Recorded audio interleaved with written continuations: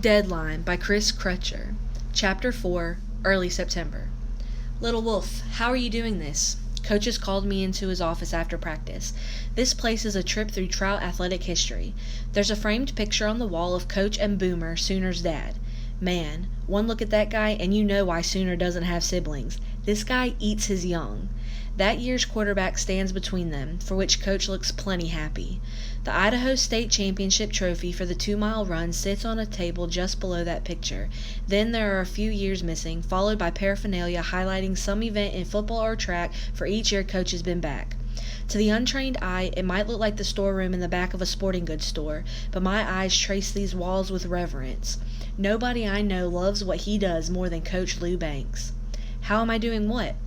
He sweeps his hand palm down in front of the window, looking out into the locker room. This, he says, football. You're flattening guys half again your size. Focus, I tell him. I give him my theory on Jim Brown and the path of the rapidly accelerating 123-pound bowling ball. Why? I want to learn to coach it, he says. No offense, but you're not exactly in possession of an NCAA Division I body for any sport. Coach Gildy and I used to sit around after your cross-country meets and laugh our asses off at your turnover rate. Man, you must have worn out some shoes. That's pretty funny. It's all math, I tell him. The shorter the stride, the faster the drumbeat. And how the hell are you getting to all these tackles? I've clocked your wind sprints, and you might be the 6th or 7th fastest guy on the team, yet you're in on almost every damn tackle. I'm telling you, Coach, math. You gauge the speed of the guy you're after and chart the angle quick enough to know where he's going before he does. Then give him the big surprise. A football field is finite on all sides. The mathematician conquers the speedster almost every time. Coach palms his neck. How do I put that in the language of the average football player? He says. The average football player doesn't speak a language, I say back. And you might notice something else.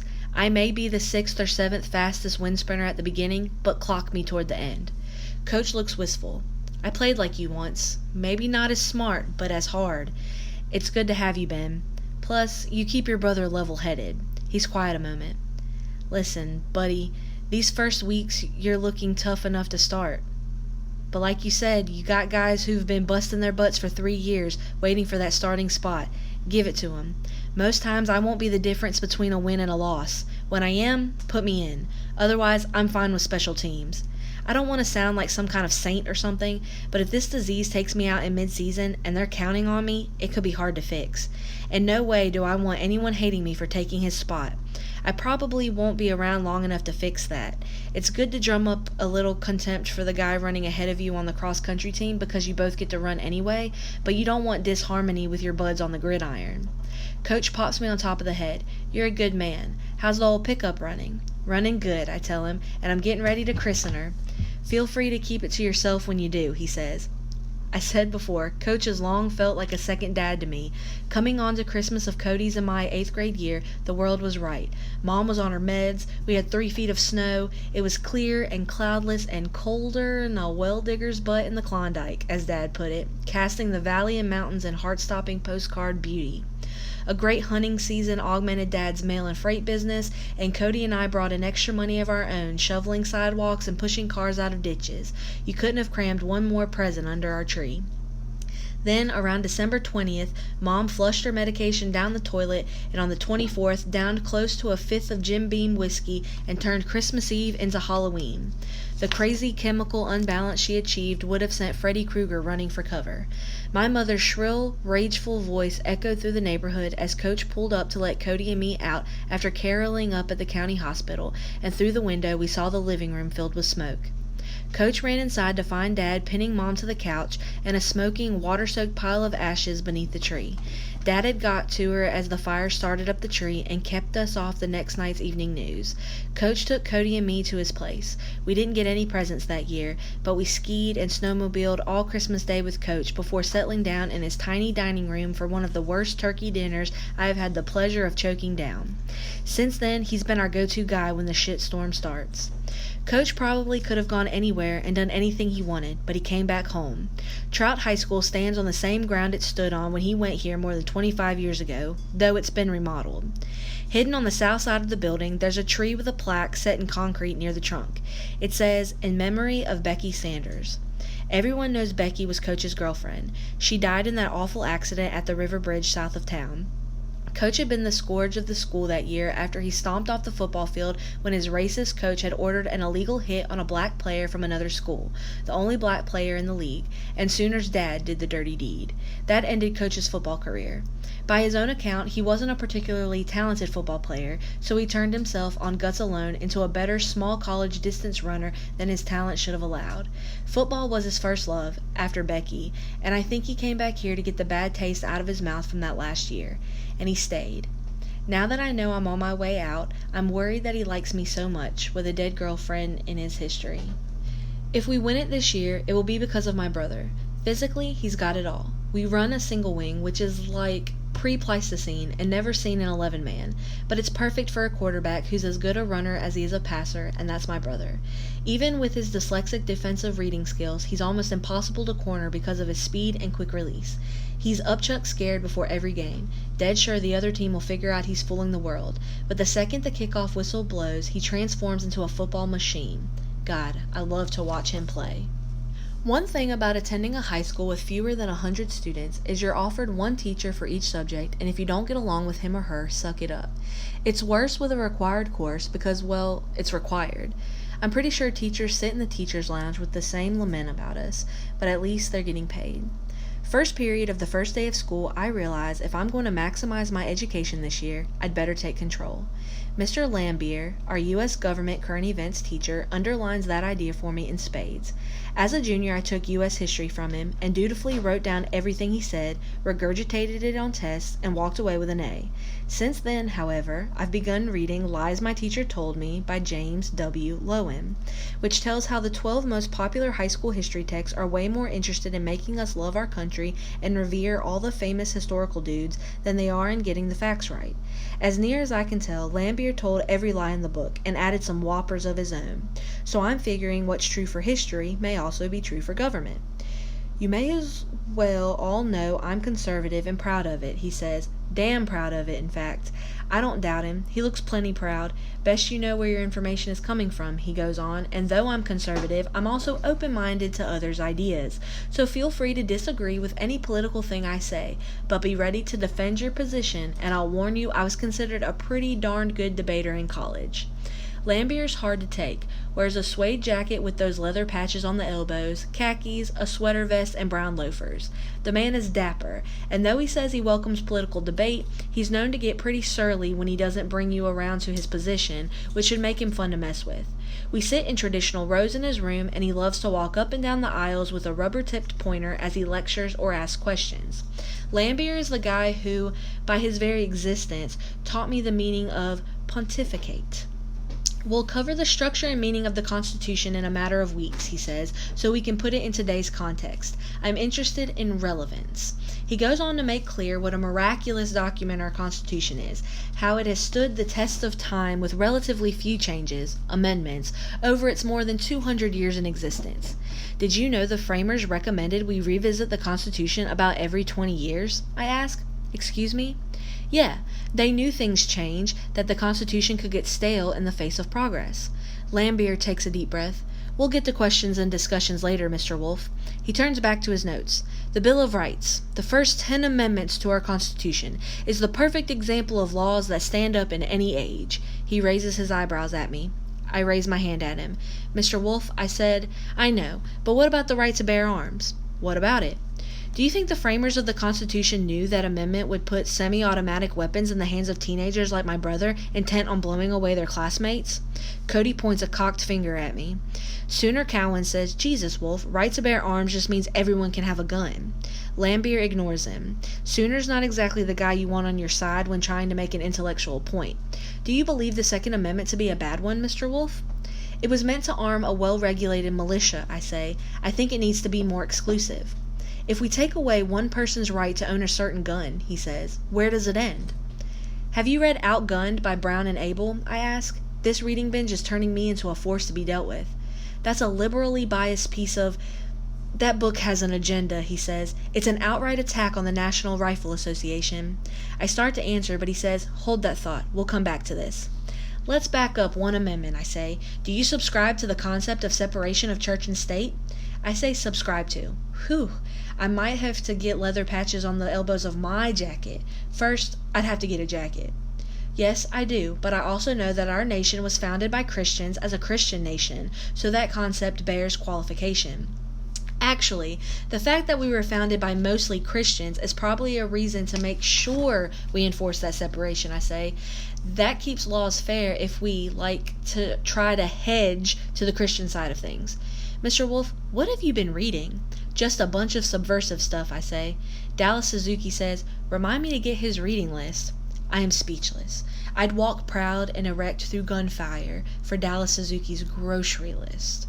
We'll postpone this discussion until we can get through this early material, Lambier says, back to his notes.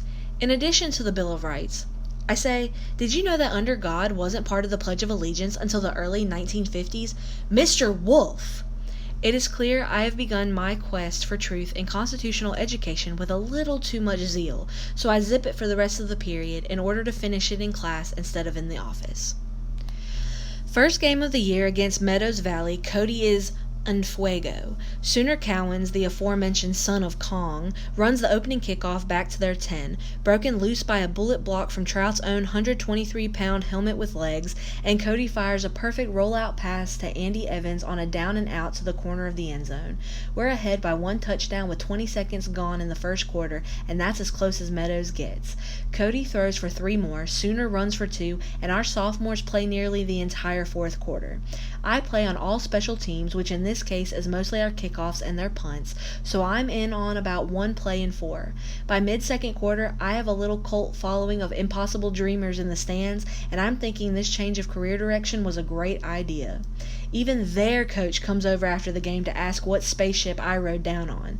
Coach Banks says again he doesn't know how he's going to keep me out of the starting lineup on defense, but I tell him again to keep me a surprise. Truth is, the less other teams see me, the tougher it will be to figure me out. My first words ever to Dallas Suzuki. Bad news. Conventional jock wisdom says you girls will have to wait. My diagnosis has turned me into a much more forward dude. Dallas looks up from the open econ book next to her food tray to where I would be towering over her, had I the power to tower. She doesn't miss a beat. Wait for what? Us, I say. Jocks, studs. What are we supposed to wait for you jocks, studs, to do? That thing we do. Hatch? She goes back to her book. That didn't go exactly as I planned it, so I invite myself to sit across from her. She reads on. Have you thought about your future? She releases an exasperated sigh, closes the book. Have you thought about yours? It's stated as a threat. I have thought about my future plenty because I can think of it all in one thought, but saying that is not going to get Miss Suzuki into my pickup. I have, I tell her, and I see you in it. As a friend or a pugilist? Actually, I hadn't thought it out that far, I said, nor did I know I had a choice. Tell you what, she says, opening the book again. Let me finish this now, and meet me around 7:30 tonight at the Chief. We'll discuss this long wait I'm in for. I walk away from that conversation way further ahead of the game than I dreamed. Let me be sure you understand the level of my good fortune here. Dallas Suzuki is like the best mix you could get of Japanese and Caucasian. She's tall, listed 5'11" in the volleyball program, and you can't even tell if she's beautiful because she doesn't look like any girl you've ever seen. I've attended every Trout High volleyball game for the past 2 years just to see her legs. Her muscular thighs and calves give her hops so major she blocks out the sun if you're on the other side of the net, and the width of her shoulders makes her appear to be dangling from a wire hanger. There's not one part of Dallas Suzuki's face or body that is in any way Miss World, but you put it all together and I'd swim through 500 yards of molten turds to listen to her fart into a paper sack over the telephone. I pirouette out of first lunch. I know who you are. Who am I? You're me. My therapist is a dream lady. She brought me up to speed on your act. Everything in a dream is part of the dreamer. He smiles beatifically, sips wine from what looks like an ancient goblet. I'm you in ways you can't even imagine. But that messes me up, I tell him. That's not the kind of thing I would say, or even think. And where'd you get that thing you're drinking out of? How can you be me if you say and do things I don't know about? I don't know, he says. You're the one who said I was you. Yeah, but you agreed. You said you were me in ways I can't imagine. 2 very different things. So how's this work? Can I, ask you questions? Any questions? Any questions, he says, and you'll answer them. If I know the answers. Well, if you're not me, then you have to be like a spirit or a ghost or something, so you should have answers, I say. Who made you an expert on spirits and ghosts? He asks. Look, don't worry about it. I'm here to help. Did Jonah really live inside a whale for a while? It says big fish, not whale. Okay, did Jonah live inside a big fish? Not even a worm lives long inside a big fish. Next question. Did Adam and Eve really live in the Garden of Eden? Why are you getting all biblical on me, he says, and why the history quiz? I'm trying to figure out who you are, really, 'cause in case you didn't know, I'm dying, and if you're even related to who I think you are, that's a hell of a resource. I mean, Jesus, that's like Spanish Jesus. I could get wise beyond my years real quick. Think of the spread I could get in the yearbook. I'm not related to who you think I am, any more than you are, at least. But you know him, right? Do I know Jesus? Who doesn't know Jesus? Or about him, at least? You sure you want to spend your last days getting into a high school yearbook? Maybe not as a major goal, but it wouldn't be a bad fringe benefit. You're worried about how you're going to be remembered. It isn't a question. Yeah, I guess I am. You think that's bad? It is what it is, he says. You wouldn't be the first. But you worry about your legacy, and you'll spend all your time trying to create something you have no control over. It's all in good works, my man. It's about influence, about what people do in your name after you're gone. Were you a real guy once? Is that how you know this? I thought you said I was you. Okay, I don't know. Maybe you are, and maybe you aren't. Jesus nods. Well, were you? I'm not here to talk about me, he says. I'm here to talk about you. You have so much to do with so little time, as they say. Now, see, that could be me. That's kind of what I've been thinking. So you could be me. Hey, I know. What's 243,000 divided by 107? How would you know if my answer's correct? I didn't see you bring a calculator into the stream. Ben, you have a little less than a year. How much of it do you want to spend testing me? He's right. A distant, loud William Tell overture causes Jesus to shove her in reverse and back into the darkness. I push the snooze button on my cell phone alarm in hopes I can get in a couple more questions, but he's out of here. Chapter 5. Just because Coach Banks wants his football team to be one with the student body doesn't mean certain individual players feel that same Zen-like love. With its 943 citizens and its student body count of 93, Trout is Odessa, Texas light. If you don't get the reference, read Friday Night Lights.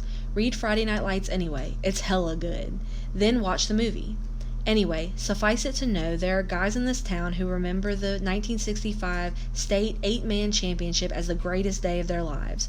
Boomer Cowens played on the 1982 championship team, the same team from which Coach Banks made his premature exit, and every player on our team but one crosses the street when we see Mr. Cowens coming, to avoid a rundown on his annually inflated statistics along with a graphic description of what a wuss our coach is.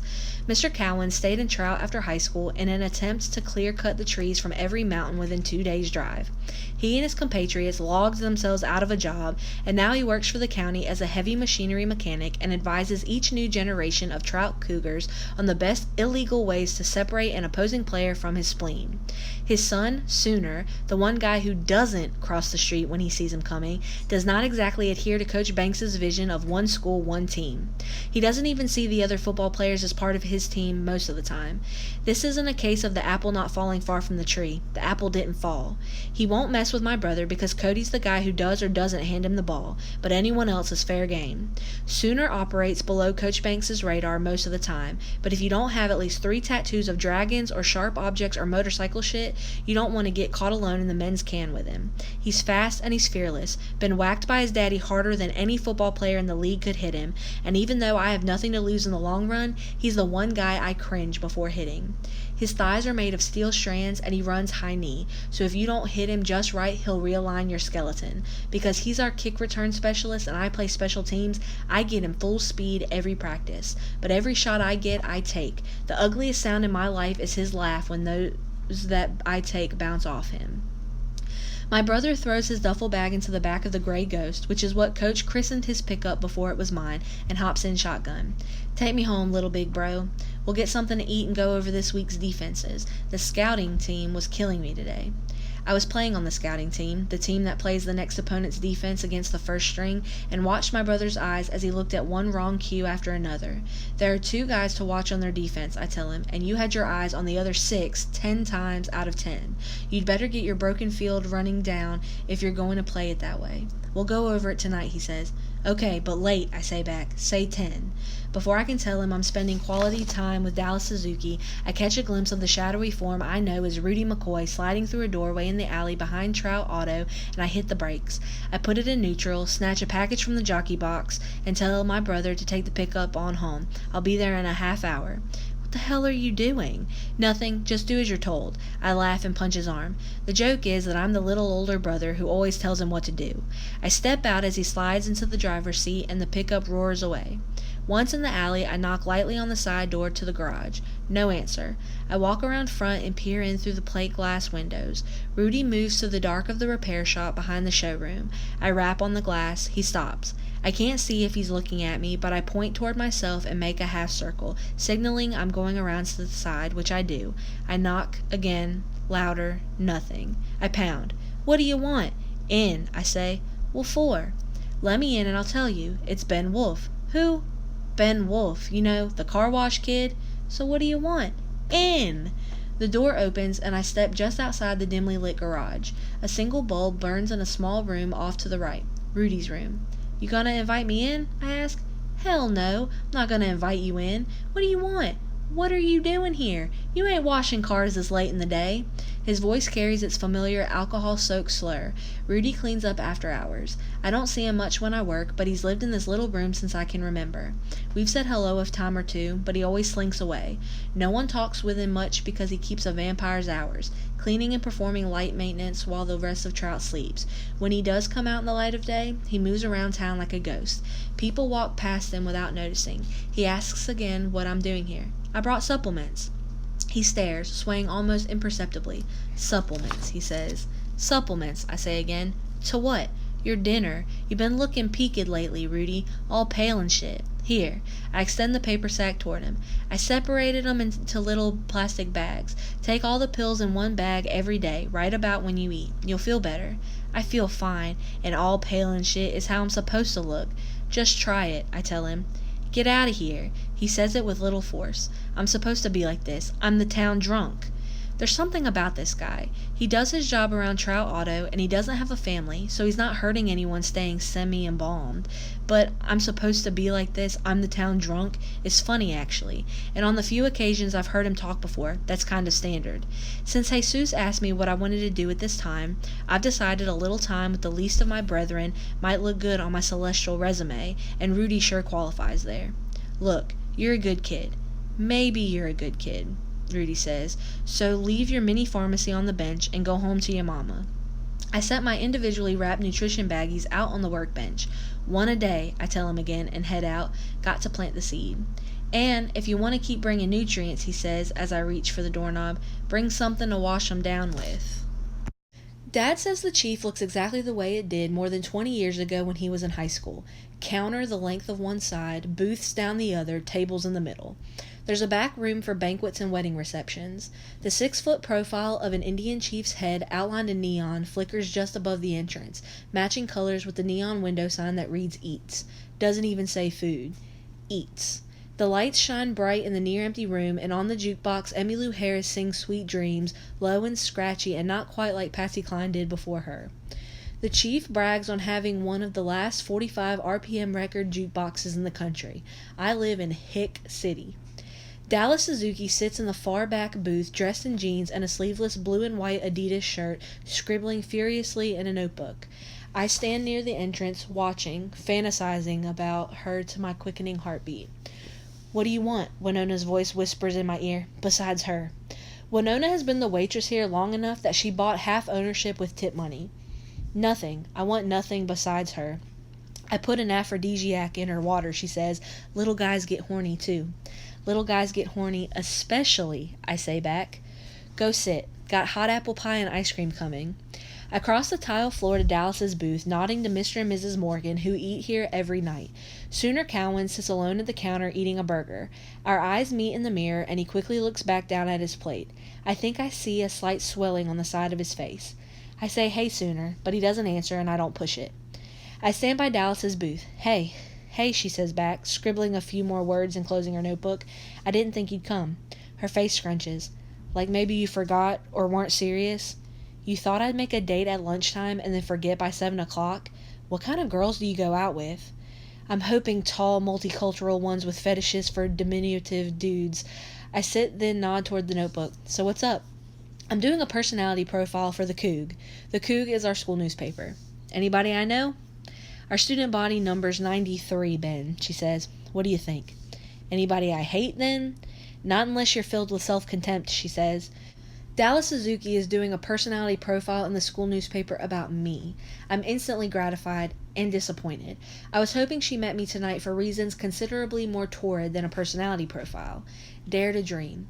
What about my personality are you going to profile? The part that drives 120, 30... How much do you weigh? 175. Maybe in lead pants, she says. How much do you weigh? I wasn't finished. 175, give or take 52 pounds. I'll take. The part that drives a 123-pound human to put on a football helmet. Illusions of grandeur, I say.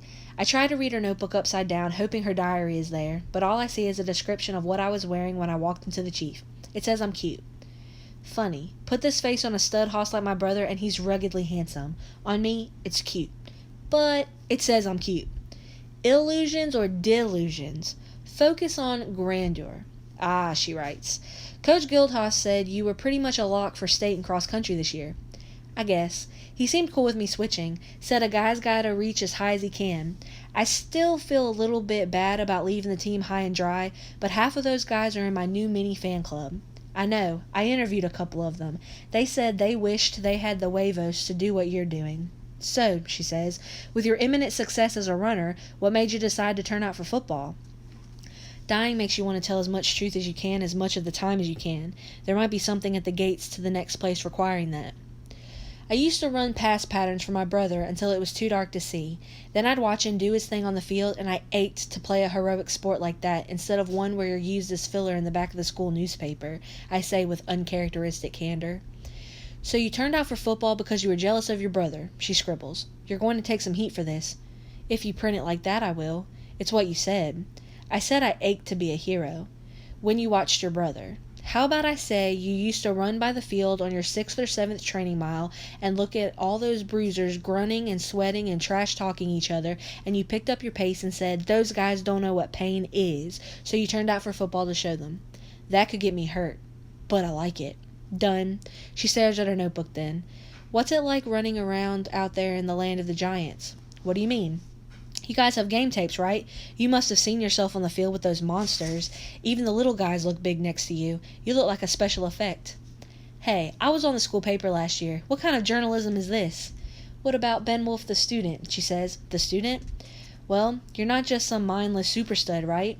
You're right, not just. I'm attending some classes. Which you have to do in order to play football, Dallas says. What's next for you? That's a question I'm not prepared to answer, so while I don't tell the truth, I tell a truth. I'm going against the senioritis grain, I tell her. This is going to sound sick and wrong, but now that you've come to know and love me, I know you'll soften it for publication.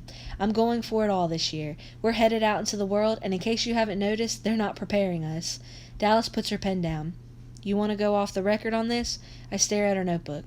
Yeah, probably I do. Okay, she says, go on. No teachers better be trying to slip anything past me because I'ma be looking for truth. I open my backpack and dig out my copy of Lies My Teacher Told Me. Did you know Woodrow Wilson was a white supremacist? They have schools named after this guy. All Lambier ever told us was that he tried to get us into the League of Nations. I flipped some pages. Did you know Christopher Columbus was a huge catalyst behind slave trading all over the world? Lambier talks about him like he's Jesus' brother or something. It's like people don't think teenagers think about real life. Like we're all about sports and parties and rock and roll high school.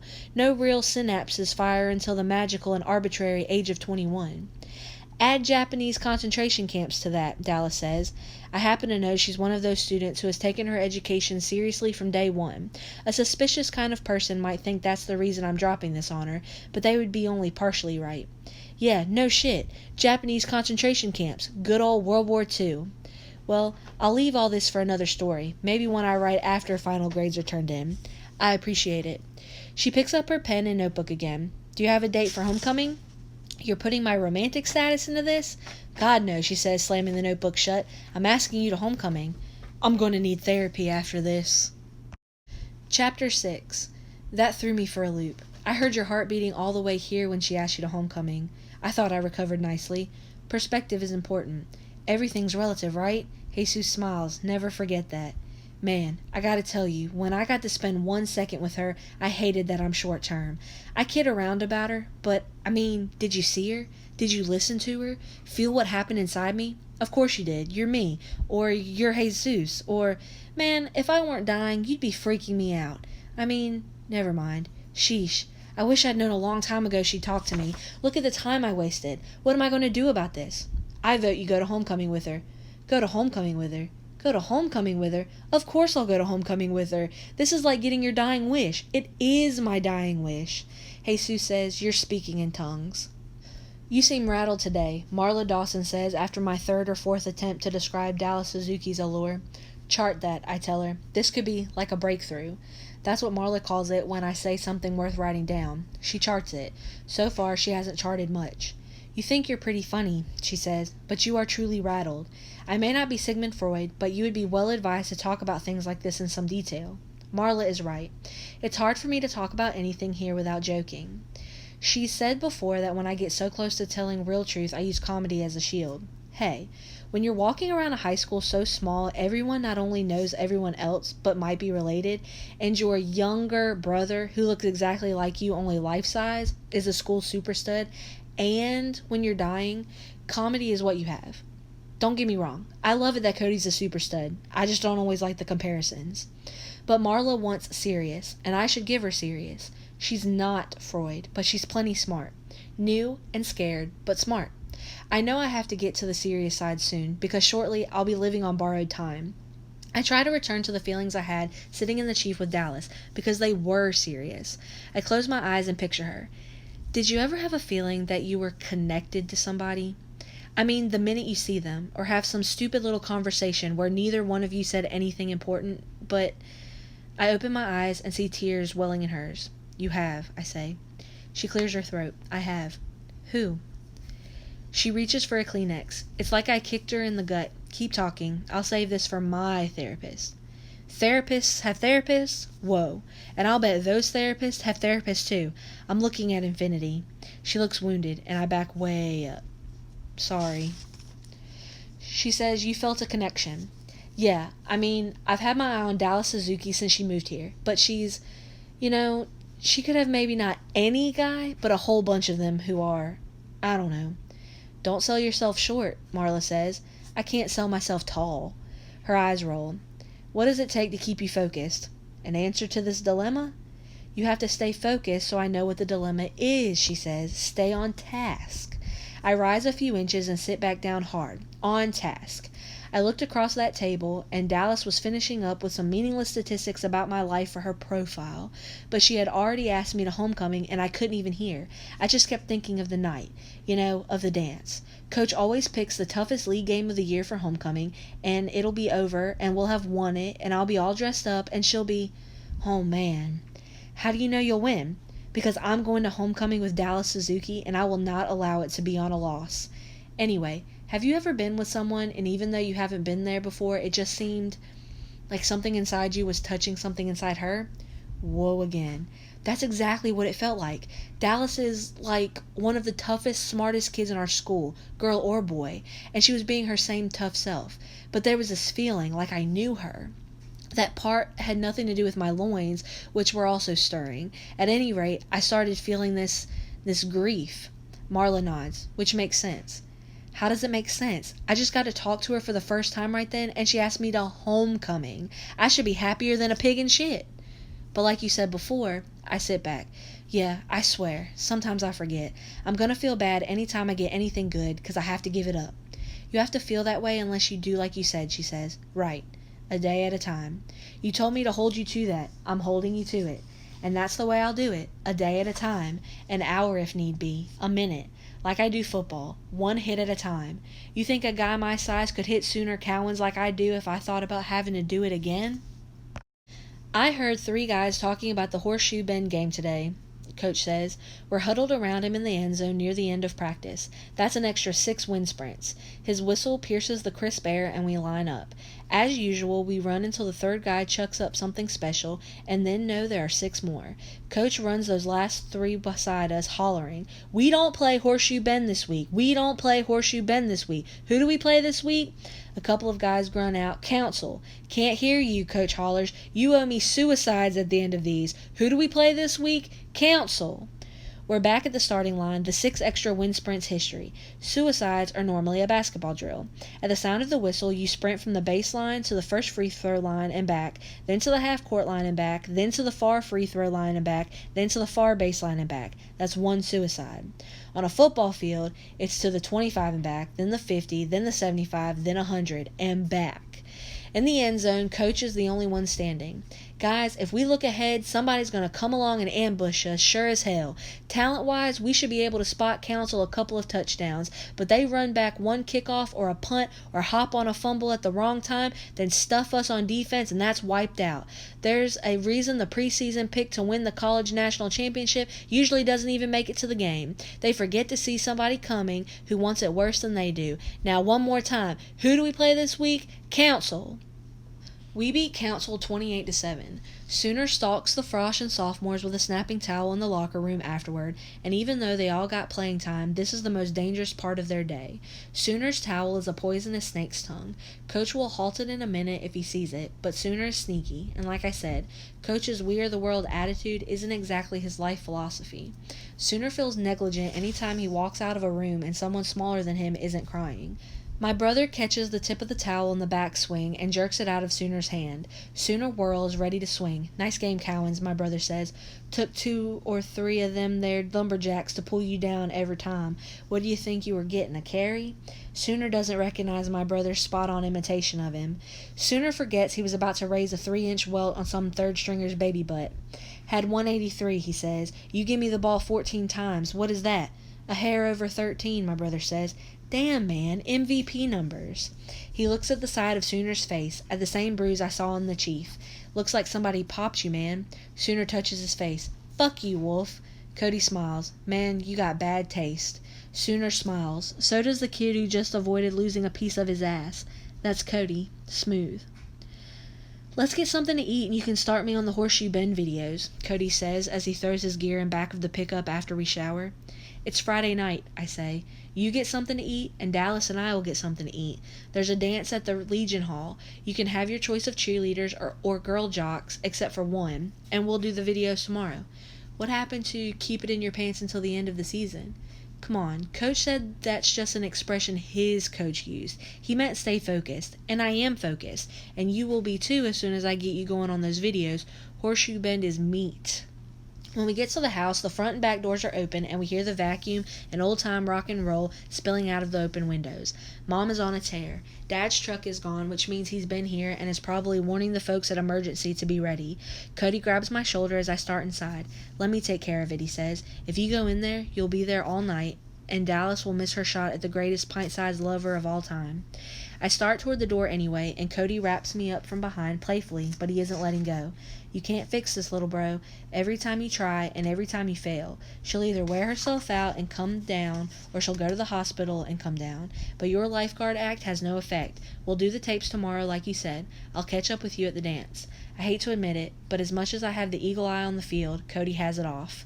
Mom's big swings don't affect him like they do me. I feel her swings in my bones. Every high, every crash. A crash is what Dad calls what happens when Mom comes to the end of a run. He calls her manic stage a run. When the crash starts, she tries to keep the run going with alcohol, which is a way bad idea because alcohol is a depressant even though it feels initially like it's giving you a boost. When I was little, I'd want to go outside and play with my friends or see a movie, and Mom would be in the kitchen, drinking whiskey and Diet Coke from a glass hidden in the cupboard, washing dishes or cleaning up, ready to tank. It started with a sigh, just as I got to the door. "What's wrong?" I say. "Nothing." But the tone of nothing meant everything, and I'd feel an ache. I think if I'd let her talk for a minute, she'd feel better. She'd say she was a bad mom, and I'd spend 15 minutes arguing, numbering all the good things she did for us, but that just gave her ammunition to deny it. The more she denied, the more desperate I'd get, and we'd be there for hours. Cody would leave and come back when his game of hide-and-seek or kick the can was done, and all our friends were in their houses. Mom would wear out and I'd go to my room believing I had saved her. Within days, the bedroom door would close and Cody and Dad and I would eat our dinners at the Chief, and Doc Wagner would come over and get Mom on meds and she'd start to float back up. I always believed if I'd said the right thing, made a little more convincing argument for her motherhood, I could keep her afloat. Dad went unaware for years about those conversations because they happened while he slept on the couch in front of the TV. He probably saved my emotional life the night he overheard, waited until Mom went to bed, and explained her condition to me. You can't convince her because she needs to crash. What she talked about means nothing. She talks so she can crash. It's funny. The front door to our house is huge double French doors that open onto our lawn from a sunroom just off the living room. The back door is a tiny door in the kitchen leading to a cluttered porch you can barely get through for all the shit Cody and I leave there. I could have walked out that front door and totally avoided Mom, but until my dad explained things to me, I never once used it, and I never once made it through the kitchen. At the dance, I get a little taste of the football hero thing, and if I'd known it felt this good, I'd have turned out a long time ago. It would be worth it to go through life crippled to feel this good, even if you were going to have a long one. The cheerleaders meet me at the door and hoist me onto their shoulders. I'm the only guy on the team who gets that kind of treatment because, hey, cheerleaders have a load limit. Dallas stands back watching and laughing, relaxed because their first volleyball game is a week away. My guess is she'll be more focused when that happens. She's a monster on the court, and word is it takes her a while to come down. About 10:30, Sooner promises Jack Badley, the band guy spinning the CDs, weeks of crippling pain if Jack doesn't let him take over the mic for a while, and when Sooner plays a slow one so you studs can get you some, Coach Gildy threatens to feed Sooner the mic. Fortunately, the Legionnaires only let us have dances down here if we can provide a chaperone, and Gildy is usually up for that. Gildy is built slight like a runner, but he is made of titanium. The guy can do, I shit you not, 250 push-ups without stopping. Sooner gives up the mic. Can't you guys keep him under control? Gildy says as he approaches Dallas and me standing by the door. Hey, Coach Gildy. Yeah, you'd think he'd listen to etiquette tips from the likes of me. Not really, Coach says back. You'd have to tell him what etiquette means. Hey, you were spectacular out there today. You've been out for the wrong sport all these years. Maybe, I say, still feeling a little bad for jumping ship on cross country. Don't do that. Life's short. Do what you love. You want to come in? No one's home. I'm guessing my surprise is showing. Inside your house? I catch myself. It's a rumor that no one ever comes inside my house. It may be a rumor, but it's one nobody disputes. It's understood that Dallas doesn't bring people home, not even girlfriends or volleyball team members. It's so well known it doesn't even seem weird anymore. How many other kids from school have been inside your house? She smiles. Well, if I get you and snag one more, that'll be 2. That's what I thought. She holds the door open, eyebrows raised. You sure it's okay? I said nobody's home. Would it be okay if they were? I'm the one who doesn't bring people here, she says. Mom doesn't care, and Joe Henry has friends over all the time. So where are they? Boise, she says. Mom had to take him to the dentist, and Joe Henry doesn't go to the dentist without getting to stay overnight in a fancy hotel. They won't be back till tomorrow. He stays in a place with a swimming pool, or we pay dearly. I do a quick recap. I'm coming off one of the best all-around days of my life. We kicked the council lumberjacks' asses into the hills. I've been dancing and talking and being cool with a girl who could own me with a frighteningly low bid. It's midnight, and that girl is inviting me into her empty house. I have no idea what she has in mind because everything about her so far, starting with her giving me a second look, has caught me off guard. I don't have a curfew because my romantic history is such that my parents never thought I needed one. Submit the story to an editor and it's returned as too much fantasy, even for fantasy. Sure, I say, I can come in for a little while. Now, I don't kiss and tell, and I think only dickwads brag about their sexual conquests, but I'm dying, and this is my first and final story, and I have to say it like it is. We get to the part in the Friday Night Lights DVD where the cheerleader takes the quarterback into the bathroom to make him prove he's not gay, and all of a sudden we're up in Dallas's bedroom, and I'm proving I'm not gay. Whoa, what was that? I'm lying in Dallas Suzuki's bed with her, and I am out of my element, and I probably don't have to tell you what an understatement that is. That was sex, Dallas says, and rolls over facing away. I'm thinking I don't want to be one of those guys who scores and leaves, like they talk about in every Men or Pigs HBO comedy special, so I'm already thinking of excuses on the outside chance my mother is still up and running, keeping Dad awake. I don't have a curfew, but they do expect me home sometime. A flat tire won't do it. You can walk from one end of Trout to the other in about 30 minutes. Even if you're coming from the old graveyard, it's about an hour. Two stud athletes like me in Dallas could make it in 40 minutes. Can't say one of my relatives died. Mom and Dad are my relatives.